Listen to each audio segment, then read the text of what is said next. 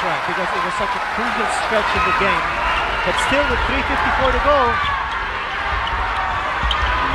this is a big 14-point lead that faces Alaska.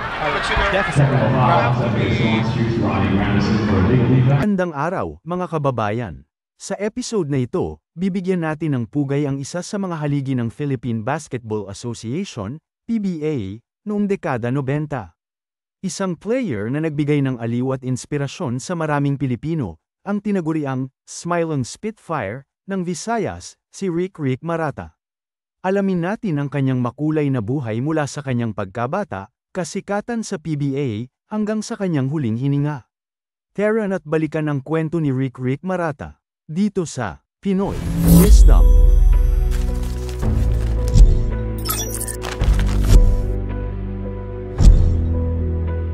Si Ricardo Rick Marata ay ipinanganak noong December 21, 1964 sa Iligan City, Philippines. Lumaki siya sa isang malaking pamilya bilang panglimang anak sa 11 magkakapatid. Mula pa sa murang edad, nakita na agad ang kanyang hilig at galing sa larangan ng basketball. Naglaro siya para sa Southwestern University sa Cebu, kung saan mas lalong nahasa ang kanyang talento sa ilalim ng gabay ni Coach Bobby Inerio. Dahil sa kanyang husay, na-recruit siya ng Mama's Love, isang kilalang ball club sa Cebu, at nagpatuloy siyang magpakitang gilas sa Philippine Amateur Basketball League, PABL. Noong 1989, nagpasya si Marata na sumali sa PBA matapos siyang mapili ng Alaska Milkmen. Dito nagsimula ang kanyang professional career kung saan nagsilbi siyang backup point guard kay Frankie Lim.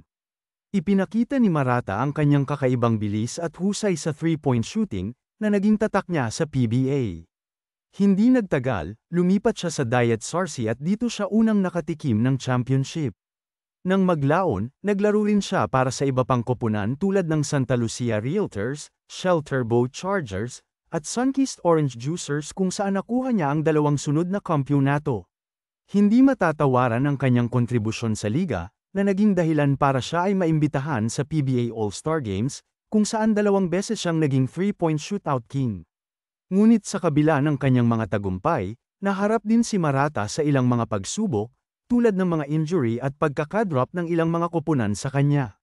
Gayunpaman, nanatili siyang matatag at nakapaglaro ng kabuuang 397 games bago siya tuluyang nagretiro noong 1997. Pagkatapos ng kanyang PBA career, nag-migrate si Rick sa Amerika, kung saan siya nagpatuloy ng kanyang buhay kasama ang kanyang pamilya. Nagtrabaho siya roon at paminsan-minsan ay naglalaro para sa mga charity games upang makatulong sa mga nangangailangan sa Pilipinas. Sa kabila ng kanyang tahimik na buhay, hindi pa rin siya nakaligtas sa matinding hamon ng kalusugan. Noong April 17, 2010, sa edad na 45, pumanaw si Rick Marata sa New York matapos ang komplikasyon mula sa isang intestinal surgery. Ang kanyang pagpanaw ay labis na ikinalungkot ng kanyang pamilya, mga kaibigan, at ng basketball community sa Pilipinas.